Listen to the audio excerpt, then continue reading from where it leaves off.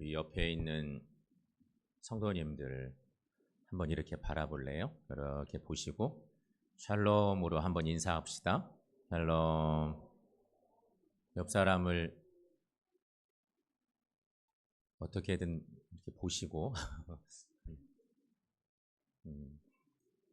우리는 대부분 예배드리는 자리가 비슷해서 그냥 뭐 다 알죠. 뭐 다 대부분 알게 되는데, 사람은 평생 평균적으로 우리가 그냥 스쳐가는 사람들 다 포함해서 어느 자료 보니까 한 10만 명쯤 평생 만난답니다. 그냥 만나서 통성명하는 게 아니고 그냥 스쳐가면서 만나는 사람마다 다르겠죠. 뭐 위대한 지도자들은 훨씬 더 많이 만나겠죠. 근데 우리가 보통 평생 사는 동안 그런답니다. 근데 이제 우리는 이렇게 지나가면 사람들을 만날 때 처음으로 만나는 첫 만남들이 있잖아요. 첫 만남은 첫 인상으로 기억이 잘 됩니다. 이렇게 탁 만나는 순간 기억이 되는데, 첫 인상이 결정되는 것은 우리가 알죠? 한 3초쯤밖에 안 돼요. 3초. 금방도 이렇게 방금도 샬롬 인사했지만, 인사하면서 익숙한 사람은 이분이 표정이 좋으신가? 건강이 괜찮으신가? 얼굴만 봐도 그런 부분들을 살필 수 있는 거잖아요. 그런데 첫인상이 결정되는 게 3초인데, 첫인상을 결정하는 아주 결정적인 요인은 안면 윤곽이랍니다. 안면 윤곽. 그래서 요새 양악 수술인가 뭐 그런 것도 하는 모양이에요. 뭐 글 있잖아요. 턱이 좀 밉다 그러면 여기를 막 깎아내기도 하고 이런 수술. 이 얼굴 안면 윤곽이 어떠냐를 보고 긍정적으로 평가하기도 하고 부정적으로 보기도 하고 3초 만에 내 개인적인 생각으로 판단해서 좋다 나쁘다 어쩌니 저쩌니 이렇게 결정한다는 거죠. 그런데 여러분, 이것은 그냥 첫인상입니다. 말 그대로 첫인상. 첫인상은 맞을 수도 있지만 전혀 아닐 수도 있어요. 그냥 내 주관적인 생각이죠. 근데 그것이 오래 남는 건 사실이래. 이런 거 생각하면서 우리는 사람들을 평할 때 또 이런 평들도 합니다. 시간들이 조금 한참 지난 뒤 대부분 평가하죠. 그 사람을 평가하기를, 이 사람 진짜 사람이 되었더라. 뭐 이런 얘기. 진짜 이 사람 인간성 정말 좋더라. 뭐 이런 얘기 하잖아요. 이런 얘기 우리 얼마나 자주 합니까? 시간이 한참 지난 뒤 그 사람을 만나고 한참 시간이 지난 뒤 평할 수 있는 평은 저런 것입니다. 그러니까 첫인상은 3초 만에 우리가 나름대로 좋다 나쁘다 인상으로 막 기억하지만, 오랜 시간 지난 뒤 적어도 1년, 2년, 몇 년 사람들 만난 뒤 저분 정말 좋더라. 인상도 좋고 인간성도 좋고 이런 평을 하잖아요. 그것은 상당히 맞는 걸 거예요. 첫인상하고 전혀 다른 거지. 여러분, 인간성이란 어디서부터 나오는 것일까요?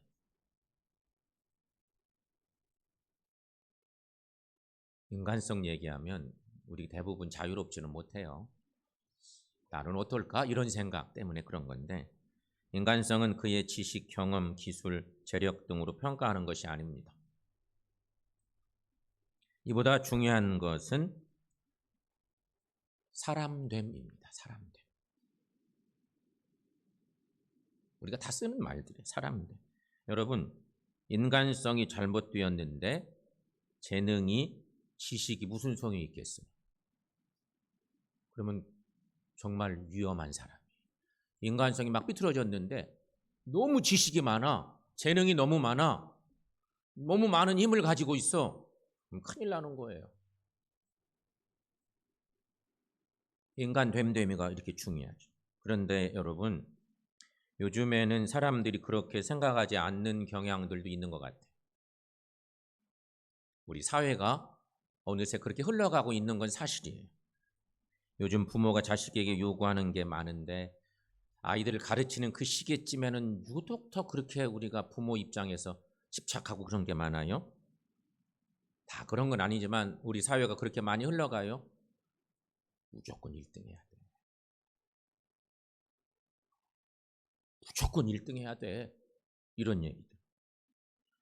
무슨 수를 써서라서도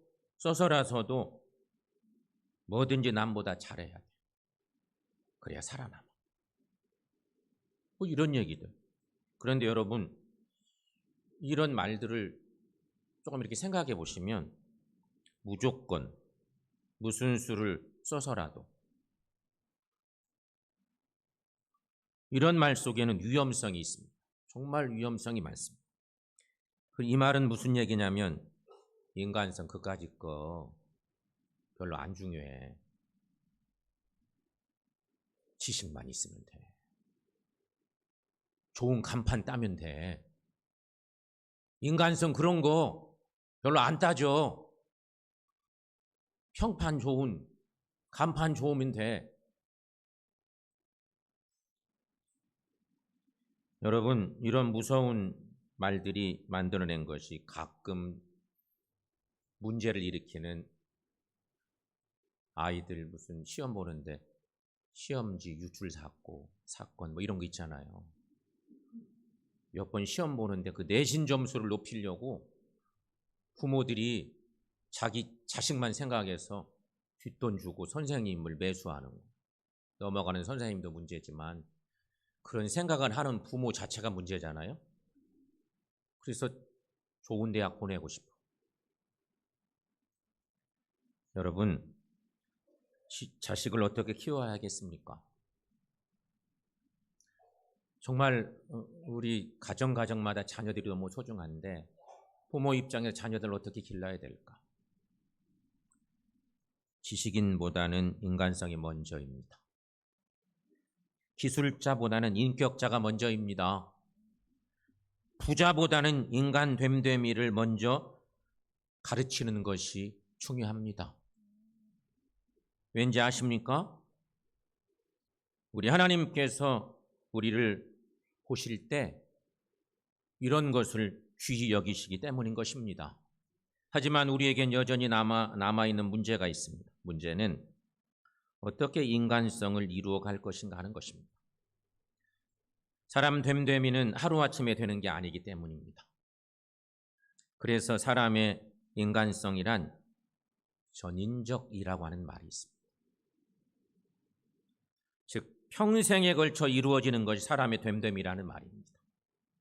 그러므로 한 사람이 태어나서 죽을 때까지의 전 생애가 중요합니다. 하루하루를 어떻게 사느냐가 곧 그 사람의 인격이요 됨됨이가 되는 것입니다.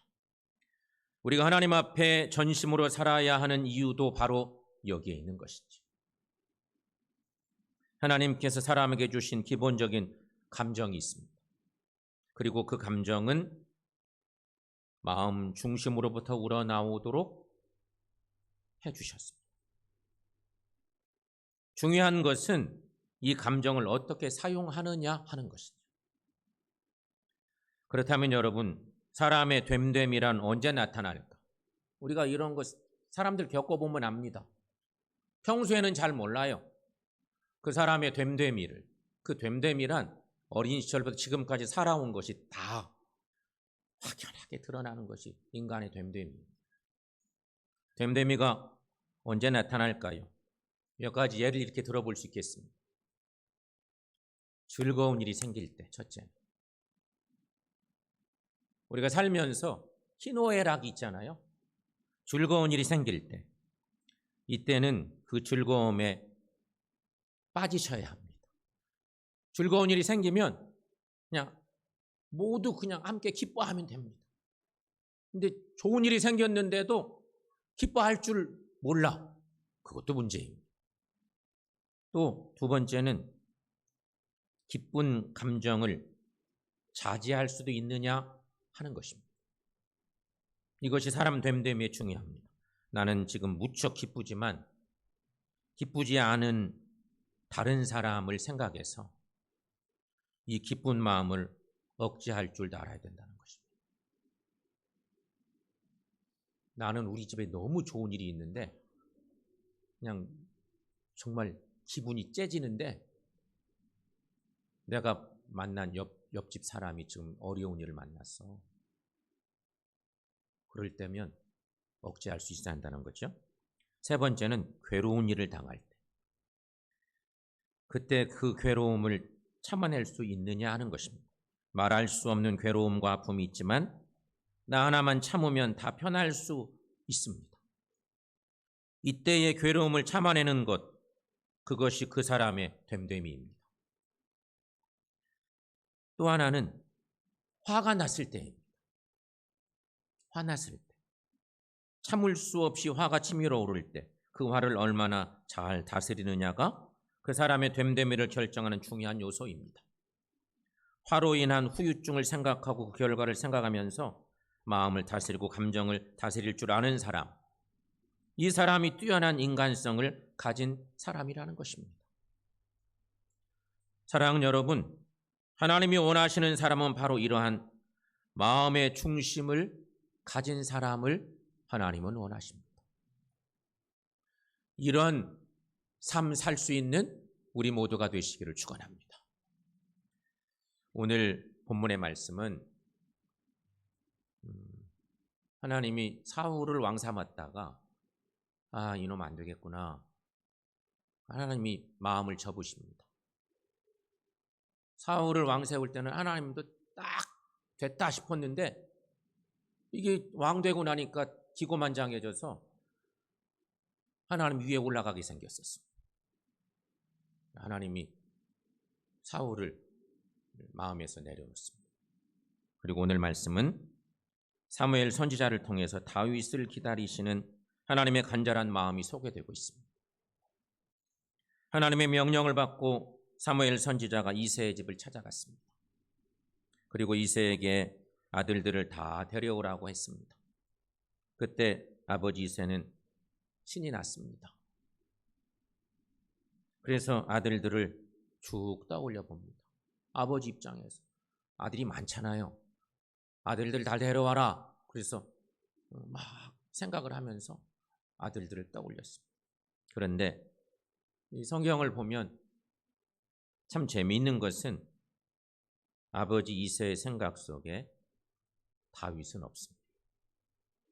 선지자가 와서 너 아들들 다 데려와라 그럴 때 막내 다윗은 아버지의 마음속에 없습니다. 설마 아들 중에 왕이 될 사람이 있다고 하더라도 우리 아들들 중에 왕이 될 사람이 있다 하더라도 막내 다윗은 아니지. 아버지 생각에도 그런 생각이 있었습니다. 그래서 차례로 7 아들이 사무엘 앞에 와서 지나갑니다. 왕으로서의 하나님의 기준에 합당한지를 심사받는 것입니다. 그러나 아무리 봐도 이 중에 하나님의 마음에 드는 사람이 없었습니다. 7 아들들이. 그래서 사무엘이 묻죠. 아들들이 이것뿐이냐? 이렇게 묻습니다. 이때 아버지 이새가 대답합니다. 하나 더 있긴 한데 그 아이는 아닙니다. 아예 자격이 없어서 그냥 양이나 치러 가라고 보냈습니다. 막내이기도 하고 그래서 그냥 이 자리에 있으면 안 될 그런 존재 같아서 막내 아들을 양이나 돌보라고 멀리 보낸 것이었어요. 하지만 사무엘 선지자는 어서 가서 불러오라. 그렇게 말했어요. 그래서 막내 아들을 불러와 놓고 보니 그가 하나님의 마음에 합한 사람, 진짜 하나님이 찾으시는 사람, 다윗이었습니다. 사랑하는 여러분, 여기서 우리가 생각해 볼 것이 있습니다. 하나님이 직접 보낸 사람 사무엘 선지자, 그리고 그의 얘기를 듣고 아들들을 불러오는 다윗의 아버지 이새, 이 두 사람을 생각해 볼 수 있습니다. 여러분, 선지자 사무엘도 그 기준을 착각했으니 아버지 이새야 오죽했을까, 그런 생각이 들기도 합니다. 사무엘은 사울의 버금가는 이새의 맏아들 엘리압의 모습을 보고 그가 정말 자격이 있다 할 만큼 착각합니다. 첫 아들 보고 사무엘도 그랬었습니다. 하나님이 보냈지만 착각했습니다. 그래서 오늘 본문 6절 말씀에 보면 저런 말씀이 있잖아요. 함께 읽어보겠습니다. 그들이 오매 사무엘이 엘리압을 보고 마음에 이르기를 여호와의 기름 부으실 자가 과연 주님 앞에 있도다 하였더니, 하나님의 심부름을 나와서 첫 아들 보자마자 야, 적임자구나 싶었습니다. 그리고 자기도 모르게 이렇게 얘기했습니다. 여러분, 사무엘이 이렇게 착각한 것은 사울왕을 세울 때 사울의 외모를 중시했던 점에 영향을 받았기 때문이기도 합니다. 초대 왕이 사울이었잖아요. 사울이 대단한 사람이었어요. 근데 그 일에 사무엘이 쓰임 받았었어요. 그 일도 하나님의 심부름하면서 했던 일이었어요. 사무엘상 10장 말씀에 보면 저런 말씀이 있어요. 사무엘상 10장 23, 24절 말씀 여러분 함께 읽어봅니다. 그들이 달려가서 거기서 그를 데려오매 그가 백성 중에 서서 다른 사람보다 어깨 위만큼 컸더라. 사무엘이 모든 백성에게 이르되 너희는 여호와께서 택하신 자를 보느냐? 모든 백성 중에 짝할 리가 없느냐 하니 모든 백성이 왕의 만세를 외쳐 부르니라. 아멘. 여러분, 이런 경험 때문에 사무엘도 착각하고 있을 그때, 이새만이 아니고 사실 사무엘도 그랬어요. 딱 착각하고 있을 그때, 이번에도 또 착각한 거죠. 이 경험 때문에. 그때 하나님께서 사무엘에게 하시는 말씀이 오늘 본문에 있는 말씀입니다. 오늘 본문 7절 말씀인데 여러분 함께 읽어보겠습니다. 그 용모와 키를 보지 말라. 내가 이미 그를 버렸노라. 내가 보는 것은 사람과 같지 아니하니 사람은 외모를 보거니와 나 여호와는 중심을 보느니라 하시더라. 아멘. 본문의 중심은 마음을 얘기하는 거죠. 그러니까 겉모습 아니라 속사람을 보신다는 얘기인데, 여기 마음이란 인격의 핵심을 얘기하는 것입니다. 성도 여러분, 오늘 말씀에서 알 수 있는 하나님의 마음이 있습니다. 하나님의 마음. 하나님은 이미 다윗의 믿음과 신앙적인 용기를 보셨습니다. 다윗의 겸손을 보셨습니다. 혼자서 양을 치러 나가 종일토록 군말 없이 충성하는 모습 속에서 모든 것을 맡기고 순종해 나가는 신앙을 미리 하나님은 다윗을 통해서 보셨습니다. 어린 시절 다윗은 그런 사람이었습니다.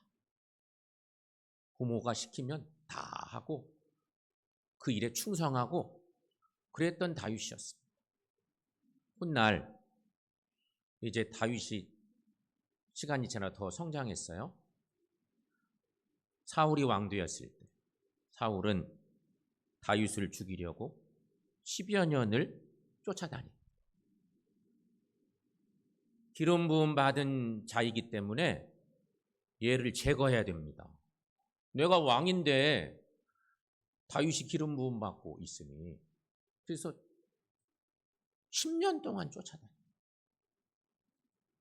장인이 사위를 죽이려고, 왕이 신하를 죽이려고 쫓아다니는 비극 중에 다윗에게도 역전의 기회가 얼마든지 있었습니다. 하지만 다윗은 복수의 칼날을 들이대지 않습니다. 얼마든지 사울 왕을 죽일 기회가 있었습니다. 하지만 다윗은 사울에게 손을 대지 않습니다. 여러분, 이것이 다윗의 신앙, 그의 겸손, 하나님이 일찍이 보셨던 다윗의 중심, 곧 그의 인간성이자 사람됨인 것이었습니다. 성도 여러분, 하나님께서 오늘 우리를 통해 보시고 싶으신 것이 우리의 중심입니다. 하나님은 나는 너의 신앙 중심을 보고 싶구나. 오늘 우리에게 그렇게 말씀하십니다. 사랑하는 여러분, 하나님은 우리의 중심을 다 보고 계십니다. 우리 그렇게 믿고 살죠. 하나님 우리 마음의 중심을 다 보고 계십니다. 그러니 하나님께 그대로 보여드릴 신앙의 모습이 있으셔야 합니다. 사람에게 보이는 모습으로 평가받으려 하지 말아야 합니다. 오히려 내면의 모습으로 하나님께 인정받는 사람들이 되시기를 축원합니다. 말씀을 통해서 하나님의 생각을 좀 들여다보려고 하는데요. 성경 말씀에 데살로니가전서 2장 4절 말씀, 이거는 어제 새벽에 함께 나눴던 말씀이기도 했었어요. 데살로니가전서 2장 4절 함께 읽습니다. 오직 하나님께 옳게 여기심을 입어 복음을 위탁받았으니 우리가 이와 같이 말함은 사람을 기쁘게 하려 함이 아니요 오직 우리 마음을 감찰하시는 하나님을 기쁘시게 하려 함이라. 아멘. 그런가 하면 또 한 구절 계시록 2장 23절 말씀인데요. 여기도 함께 읽습니다. 또 내가 사망으로 그의 자녀를 죽이리니 모든 교회가 나는 사람의 뜻과 마음을 살피는 자인 줄 알지라. 내가 너희 각 사람의 행위대로 갚아주리라. 아멘. 이 두 구절의 성경 말씀 속에서 우리가 기억해야 될 것은 우리 하나님은 우리의 마음을 살피시는 하나님이십니다. 우리 하나님은 우리의 마음을 감찰하시는 하나님이십니다. 그 하나님 앞에 우리가 예배하고 하나님을 섬기고 살고 있죠. 사랑하는 여러분, 오늘 우리 하나님께서 오늘 말씀 속에서 우리에게 주시고 싶은 얘기는 그런 것. 오늘 이 귀한 말씀 속에서 우리에게 주시는 말씀. 나는 너의 중심을 보고 싶다. 나는 너의 믿음의 중심을 보고 싶다. 나는 너의 신실한 신앙의 중심을 보고 싶다. 오늘 우리 하나님께서 우리에게 그렇게 말씀하십니다. 하나님 앞에 나의 마음 중심을 온전히 보여드릴 수 있기를 바라고 그것을 통해서 하나님을 높여드리고 하나님이 꼭 만나고 싶은 사람, 사명 주고 싶은 사람, 우리에게 귀한 사역 맡기기에 합당한 주의 자녀들로 살아가는 저 여러분들 모두가 되시기를 축원합니다.